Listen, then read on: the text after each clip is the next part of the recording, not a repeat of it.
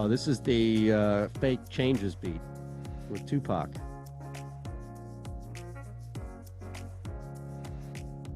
Well, what is it?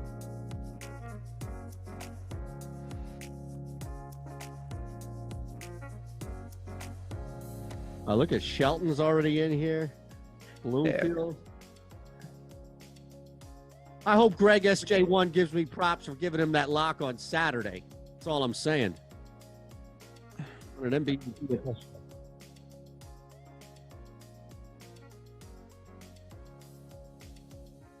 Welcome in. Happy Monday, everybody. It's the start of the week. It's the end of week 10, though, for us on the Awesemo Betting Show and the Awesemo Odds channel. Thank you for being a part of what we do. Thank you for subscribing and building this base, the race to 10K here. Myself, Ben Rasa, the staple on this channel. Mike Awesemo is producing. And again, everything that we keep telling you here, BetMGM, $10 gets you free months of Awesemo Plus Platinum. We have a lot to tell you about what we're physically doing on the show.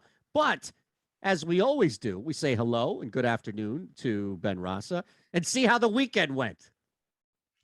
It was, hello. Happy Monday, everybody. It was a long weekend, no doubt about that. College basketball jumping in has added more, but it was all right. I mean, it was a situation coming off an NFL week where it couldn't get any crazier. I think we all knew that. And then the Thursday game, the Dolphins just dismantled the Ravens.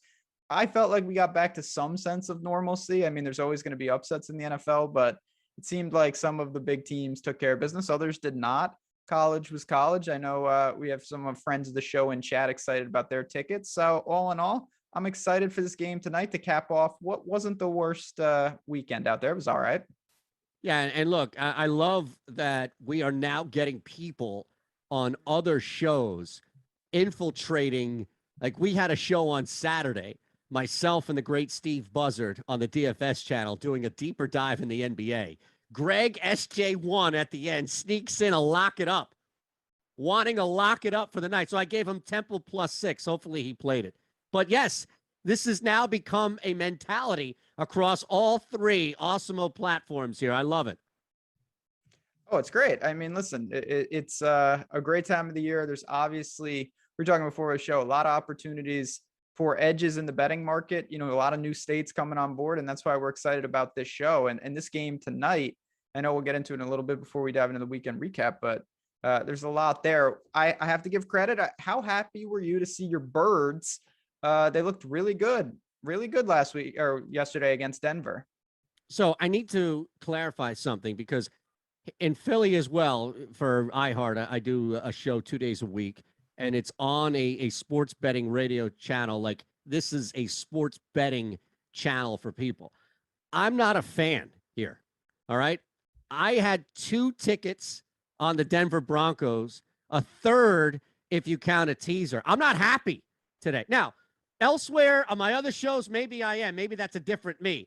I'm not happy today, Ben Rasa, that the Denver Broncos ruined a decent to good, depending on how you looked at it, and unit size and all, Sunday for me. I was kicking. I crushed that Packers-Seahawks game because there were no points. It was 27 at the half, the total. Last night, 3 times over the in-game. 58, 61.5 twice. Like, no problem there. And then the Denver Broncos want to go and ruin my Sunday? I felt on Sunday, and this is how crazy it was. I felt on Sunday with my football team winning like you felt on Saturday watching Oklahoma finally do what everybody thought they would do. Yeah, that's the end of a painful chapter, which is good. Now I'm free to not worry about that team. No, I mean, with the NFL, you had Stockholm syndrome with the Oklahoma Sooners. Just that was I thought things, obviously the big storyline coming into yesterday was, I thought, was the Lions game. It crossed 7 because of Big Ben. A lot of people like the Lions, and rightfully so. They should have won the game. They somehow didn't, but they did cover a low scoring, ugly game in the pouring rain. But I mean, again, I think it's still the NFL. I mean, Washington dismantled Tampa. That was a real shocker. I didn't bet that game, but it was very just surprising to see that Tampa is not really functioning as an effective unit right now, but that happens. I mean, again, you don't see, and then, oh yeah, I know what I want to bring up. What 2 weeks ago, this Niners team I backed heavily against Arizona because why would Arizona be good? And they look like world beaters with Colt McCoy and James Conner. Yesterday, not so much. That was a big surprise. I didn't bet that game either, but Arizona obviously regressed a little bit. Carolina just, what a beatdown that was. You know what's crazy about that game, and we're going to get into it a little bit deeper when we go shopping and show you the benefits of Odd Shopper, the prop parlay party, and beyond. And Ben knows that I'm all over the parlays, the same game parlays, and Odd Shopper has full on enabled me because I've hit a couple of them as a result of using them. One of the ones that I put together and two of the three hit. I'm just waiting on Stafford tonight, and they seem pretty high still on him going under the 2.5 TDs. But PJ Walker under, and this was wild about the game here. PJ Walker under 1.5 passing touchdowns, vultured away. Now, again, it was minus 275. So that's why you take something like this and you put it with another one like over a half a TD that Odd Shopper had at minus 285. And now I combine that with Stafford. But point being is that Walker is sitting there under 1.5 passing touchdowns. Look at that scoreboard. How is that even humanly possible that they put up all those points and he isn't even flirting with 2 touchdowns, let alone what? Well, because Cam Newton came back and vultured the hell out of PJ Walker on the goal line. How great is that? Yeah, another storyline. Cam is back. The Patriots also looked very good. Cam's former stomping grounds.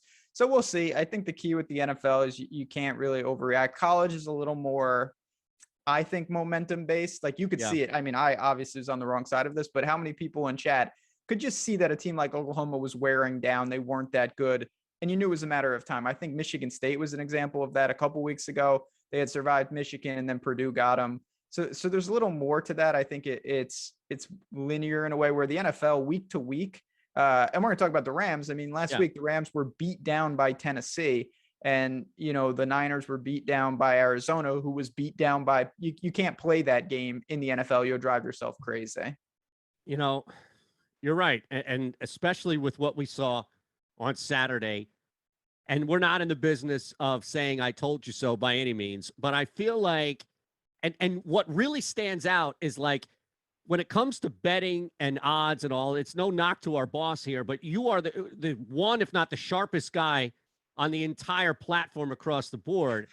And it was like, I don't know, there's like the final scene of a movie where the hero who has kicked everybody's ass makes some stupid little mistake and drops the gun for some reason, puts the gun down. And everybody's like, no. And we're like, yo, come on. We were trying to save you from that.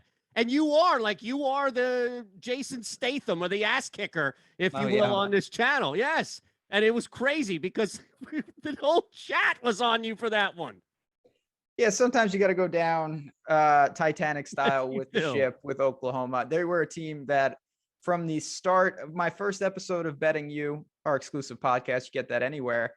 I liked Oklahoma, and I was not going to get off them till they lost. They had shown nothing all year except winning all the games. They didn't have it. Clearly, they're not that team. So I am free from that.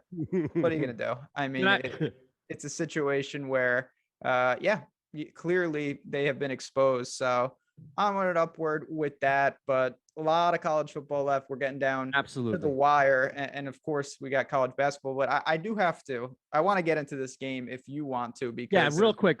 I just will say the one thing that really got me yesterday, and I kid with the Broncos, although, 2 tickets there, shame on me, but having the over in that Dallas game, and that not hitting, that was weird. I needed one touchdown for all of those points. So I don't know if anybody else got bit in the ass on that one. That one really stuck out to me as the one on Sunday that got me the most. Now, it wasn't a bad day at all, but I just wanted to get that out there. Sorry. No, the Cowboys were another team. I mean, 2 weeks ago, they ended everyone in Survivor. They were crushed by the Broncos, and then they destroyed the Falcons. Again, none of these results make sense like that. A week to week, it's very, very fluid. And again, that's why I'm so excited to talk to you about this Monday Night Football game tonight, because we got 2 teams that disappointed so immensely in week 9. Rams 3.5 point favorite on the road, over under 50.5. I mean, they made waves. I got to ask you, conspiracy style, did they know that Robert Woods was injured badly or what? I mean, how perfect of timing was that with Odell? Well, it happened after the signing was official. I know So, or at least something the word came out, right? that was a little odd though. Yeah, I wouldn't be against, you know me. I love to jump into a juicy conspiracy theory anytime that it's presented to me. The timing, and again, maybe the word or release of the information came after the fact. So, absolutely, I would not shoot down that theory. But even if that's the case and they timed it out beautifully, I don't know if that necessarily means we should rush for anything for OBJ tonight, even if he's bettable, depending on where you're looking. Oh, totally agree. I mean, I just wanted to. So maybe I'm wrong in chat. Obviously, feel free to jump in here. On paper, to me, this seems like a pretty lopsided mismatch. Like the Rams, I know last week was ugly, but to me, they're a legit Super Bowl contender. And I think the Niners are kind of asserting themselves as the worst team in the West at this point. They really look bad. They've got no fun. It's just a matter of time before Jimmy G is passed over to Lance. They've got no chemistry. I know Kittle's coming back and they're getting a little healthier, but to me, this is not a very good football team. Arizona kind of showed that last week. I agree. At the same time, wouldn't this be a perfect night for everybody to pour on on LA? Oh, this is the bounce back. They get Yep. OBJ, and then here come the Niners. And you know what's At home. crazy?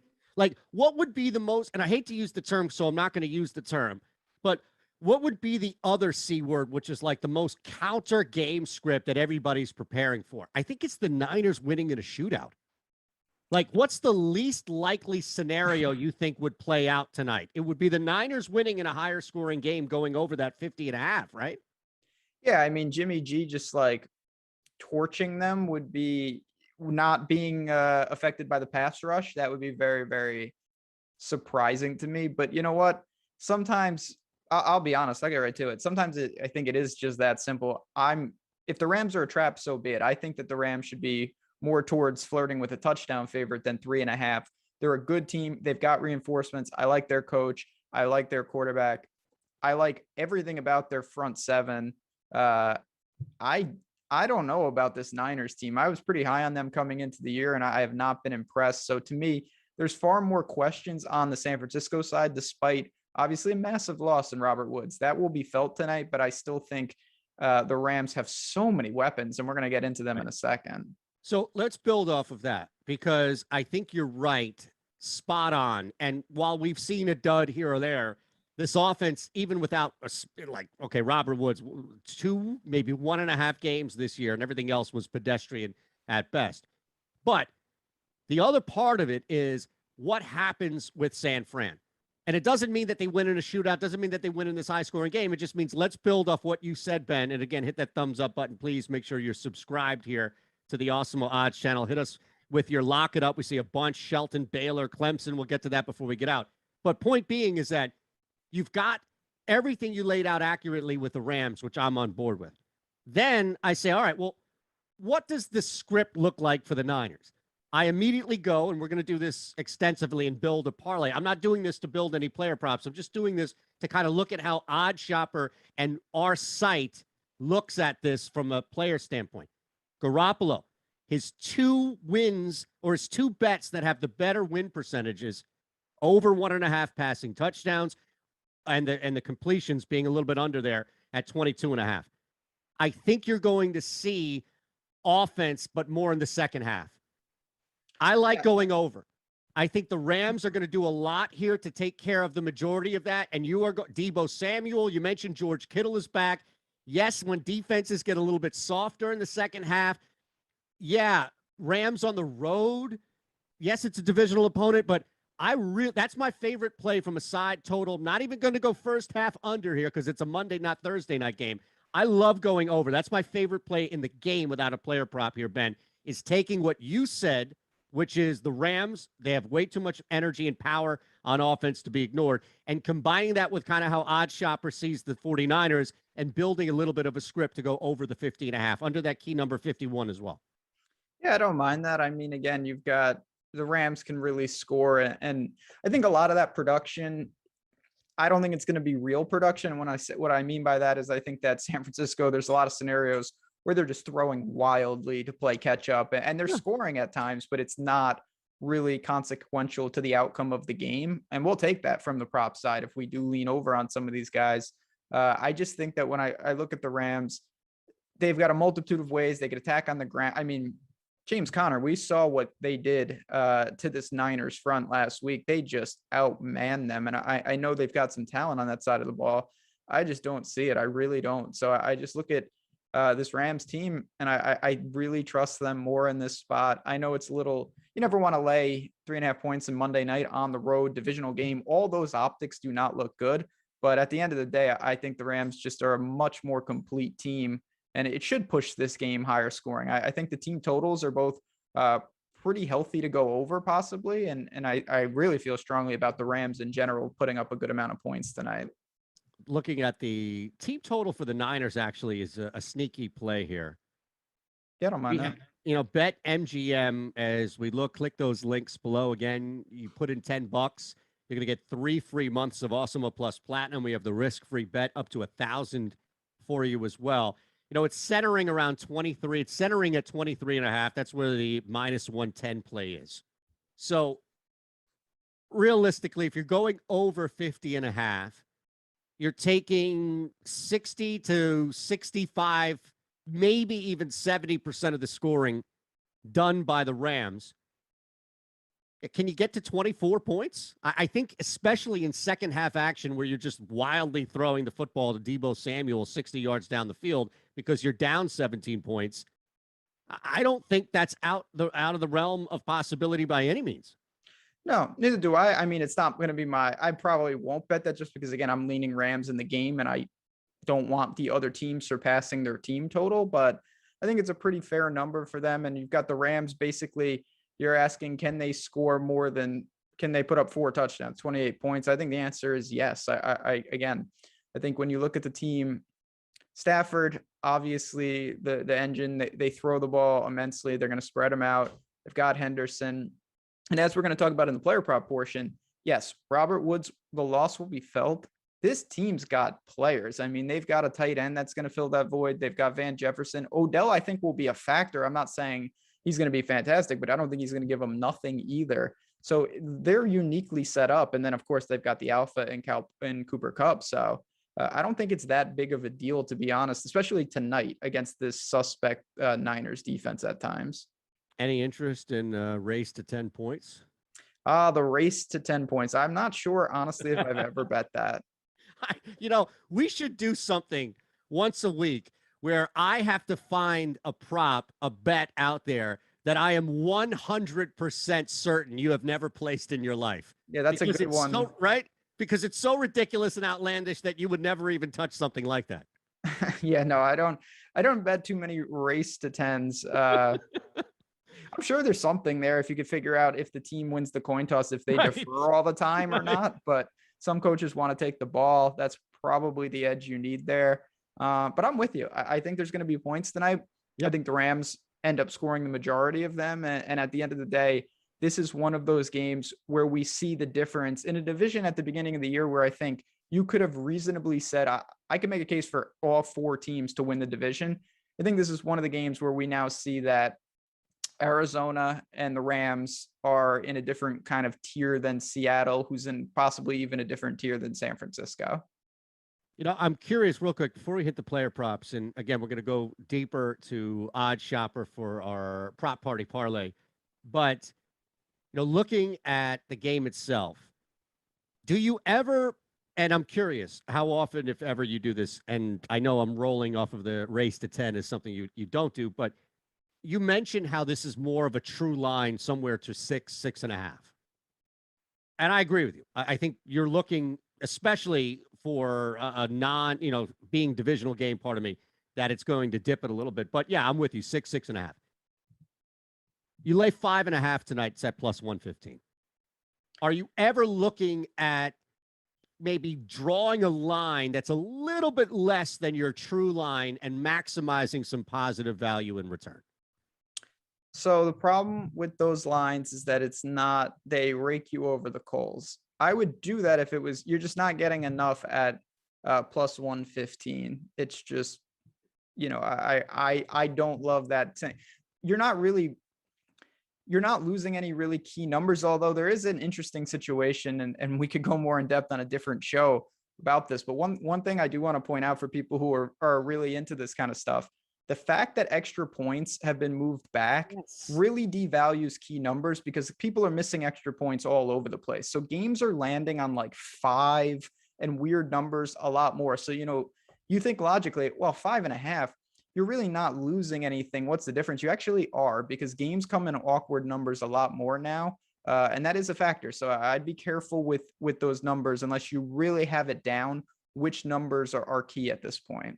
Yeah, I mean, honestly, I was thinking 6 has become more key than we've seen as a result of what you laid out. But I guess the opposite could be true, where it's just 7, 10 have been devalued as a result of that. But, we see 6 now come into play as a result of the missed touchdown. And then it gets compounded when a team misses the extra point, part of me, and then tries later in the game for a 2-point conversion to make up for it, and they miss that. Now you're talking about 12 points as a result of 14 points. It's just different. It's not as clean. You're just seeing a lot of teams end up on weirder scores, and it really affects, the middling concepts. It's not to say that 7 and 3 aren't important. They absolutely are. I think it's more saying that numbers like 5 are more important than you would think. If you check out the charts and the numbers, it has clearly shown that after the extra point has been moved, the key numbers have been much more flat in these awkward dead ranges. All right, buddy, let's open up some player props. We'll go to Odd Shopper coming up and then lock it up before we get out of here. And I've got a bunch of look ahead lines that's going to make lock it up very interesting. Oh boy. For you. Yeah, I mean, my play of the night is the over 50.5. Do that, lock that up, but I'm cheating and giving you that mid show because I can't pass up a couple of these look ahead lines. All right, tonight. And again, if you've been on Odd Shopper, that's the place to go. We'll get to the prop party parlay in a second, but everything is basically begging you to bet Brandon Ayuk tonight. Short him? Yeah, I mean, pretty much. That's what I'm being told on Odd Shopper, from receptions to receiving yards. So on the breakfast menu this morning, me and Matt Kajeski, and you can find that on this very same channel. If you are someone just stopping in for the first time, we got really good VODs here, short and quick. Matt talked about Brandon Ayuk and the situation tonight where, yes, he's on the field a lot, and that's very positive, of course. But the emergence, this is one of the few times where we've got Deebo Samuel and George Kittle both fully healthy. And I don't think there's any argument when that's the case. Brandon Ayuk is not the first option. He's not the second option. He is very clearly the third option at best, because those guys are absolute target monsters. And I just worry about what he's going to see volume-wise with Deebo and with Kittle, and then a San Francisco team that does want to run the ball. So I totally understand why you would sour on both 4.5 over under receptions or the yardage prop, which is hovering around 50 yards. We haven't projected just south of 40 yards. So you're getting 10 whole yards of value there. And I get it. I think that George Kittle being back in business, he's going to take a lot of targets tonight for a team that may not throw the ball a ton depending on game script. I love it, man. And this is a guy who has not been consistent.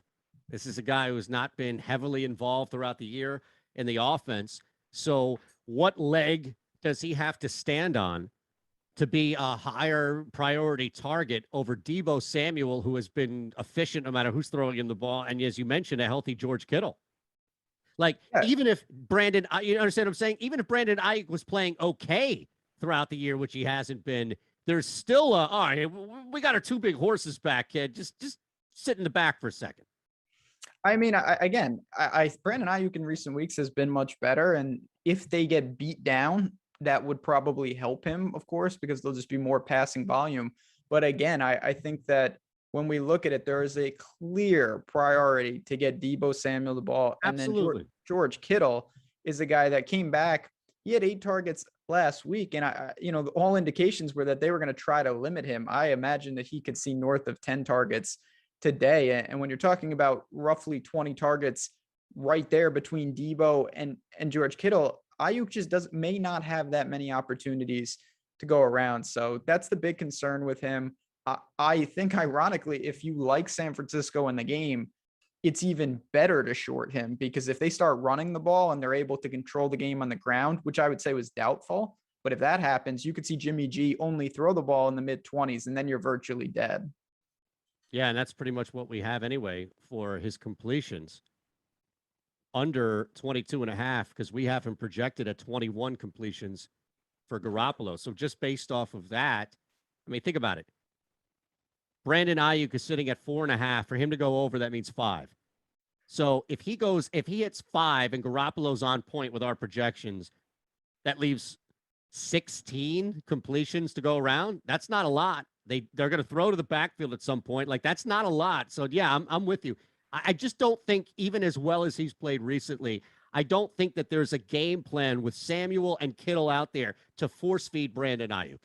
No, and I also want to just quickly, and it's not every week, but last week, Elijah Mitchell had 5 targets and 5 receptions. So there are other guys that are, they may chip in with a couple here and there. That is going to be critically bad to a guy like Brandon Ayuk, because I feel super, super confident that Kittle and Debo are going to get theirs. So when you look at it, there just may not be the volume. If they fall way behind and Jimmy G drops back 45 times tonight, well, that changes things. Certainly, that's going to help you if you want to go over here. But I think the prudent move is to look towards the unders on Brandon Ayuk, given the new personnel for the Niners being fully healthy. Look, I think based on what you say, it's something I was looking at as well for game script, and I know that Samuel and Kittle are back. I don't need 5. I need 3. 3 receptions for Elijah Mitchell is going to get me plus 115 back. This is a risk play, but I'm not laying 140 to hopefully get 8 catches from Cooper Kupp in a game where they could easily be up 17 points in the second half and no longer need to throw him consistently. Kittle, I don't know what to expect from Kittle, and to ask him to grab me 6 balls tonight again with the 21 completions projected for Garoppolo, that seems like a little bit. Samuel is at 5.5, so a little bit more of a pathway to 6, but that's laying 135 on that. If I'm going to take a risk on a Bet MGM receptions prop tonight, I think I'm going to take the risk on Elijah Mitchell. Or Higbee is your guy there at 4.5, but at least there's something back with Mitchell that's a smaller number at 2.5, based on a guy who was heavily targeted at least last week, but still somewhat involved in the game plan. Yeah, it's just tricky with the San Francisco backs, just because various times, different guys, like Jeff Wilson finally comes back, is a total non-factor. Who knows? And then Trey Sermon really just hasn't worked out to this point. I get it. I think Kittle for me is the one guy, now that he looks to be fully healthy, I feel pretty confident that he's going to have a good game. But I'm with you. I think for me, clearly I'm backing the Rams, so I'm not super confident in any of these Niners players. And for me, I'm going to take it to the other side. Tyler Higbee, I think, everyone is rightfully so saying, okay, Robert Woods is unfortunately injured. What happens to all those targets? Are they going to be Odell's? Are they going to be Van Jefferson's? Could Kupp even get more? I mean, he's at the saturation point. I think the answers clearly could be yes. To me, Tyler Higbee, though, could really benefit here. He had 10 targets against Tennessee. They were trailing throughout, no doubt. But this is a playmaking tight end. His receptions prop is at 4.5 tonight, but you're getting plus 110 if you go over. He's hit over in 3 of his last 4 games. He's had 5 catches in 3 of the last 4 weeks. So I look at this guy. I think he might see even more targets tonight, or flirt with the same volume as he was in Tennessee. I kind of like the over there at plus money. I think you definitely have a guy who's a target, and somebody who Matthew Stafford has established as one. He's the only tight end I have in the season-long Awesemo C League that I'm dominating in right now, Mr. Yes. If you're familiar with that. But, well, we don't see you on the season-long channel because you've got too many odds responsibilities. So, but here's the thing. I'm with you. I think it's a plus return. It's, again, something that's more grounded, at least, with less volatility at that position than clearly what I bring up with the Niners. I know we're going to hit the player prop parlay here in a second, but 2 quick ones, and it's on the same vein here. Robert Woods being out, I think, as much as people would like to point to Cooper Kupp having all of the spillover here, look, no Deshaun, and we saw what happened yesterday with Deshaun, but Van Jefferson's longest reception is at 20.5. I think you're going to get more. You're just going to get even if it's 2 more targets than normal for Van Jefferson because there isn't Deshaun and now Robert Woods.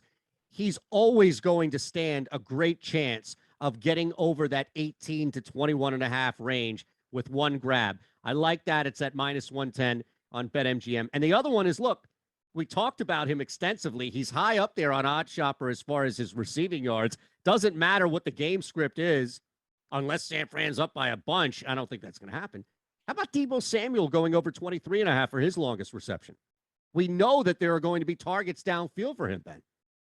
Yeah, I mean, I have really honestly no feel on something like that. I worry a little with Ramsey, but Debo's a playmaker. I think if he does go over it, it'll be yards after catch mostly, to be honest. I don't really see him just going, deep and being really effective, but you could look to things like that. And one last point I want to bring up, and certainly the great team here, the guys talking showdown with you all day, they'll have you covered with all these under the radar plays, but there is another name, and I don't think this is actionable to bet this guy in the prop world. He might not even have props, but it's just painting the picture for the other guys.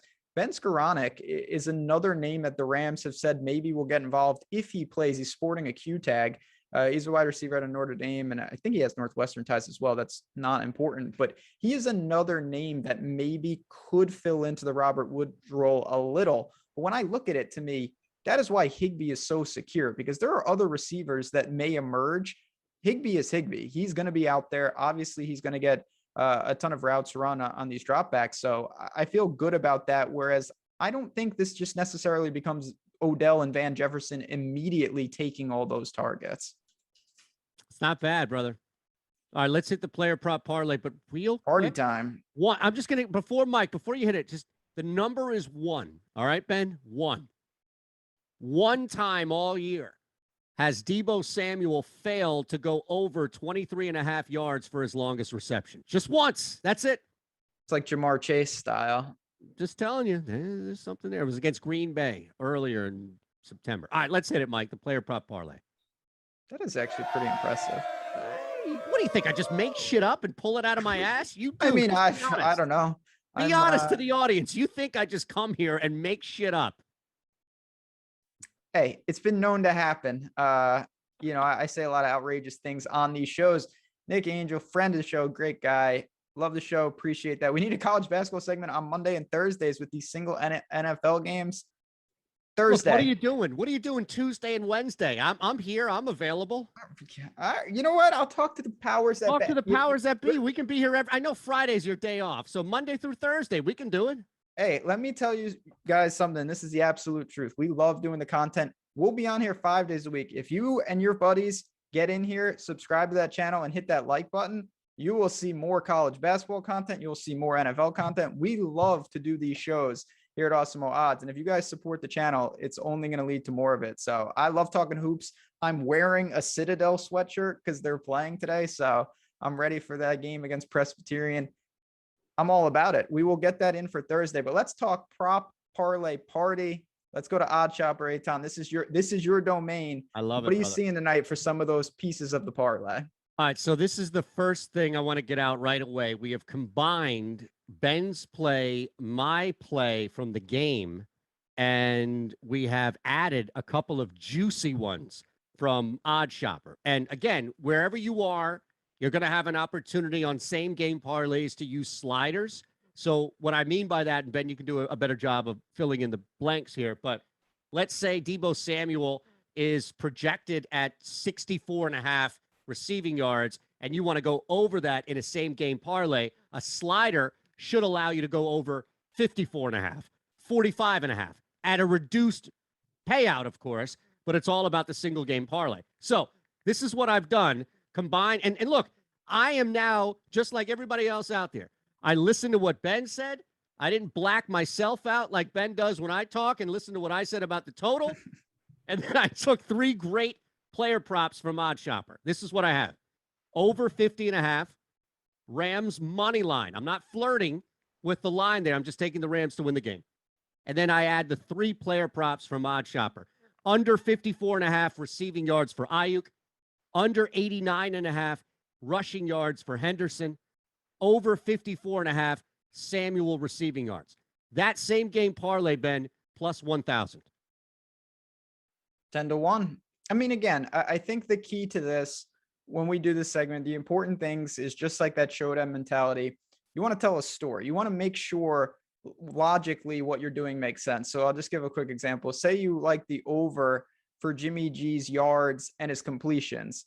Shorting his wide receivers wouldn't make a ton of sense because who's he throwing all these completions to? That's not logical. So you want to all kind of pull the same way and pump up those odds. I think that's what Odd Chopper really does. It identifies, via Alex and the team's projections, where some of those edges are. And if you can combine the pieces that make sense and they're complementary, you can get a nice payout and you're really correlating properly. And that's where the edge is.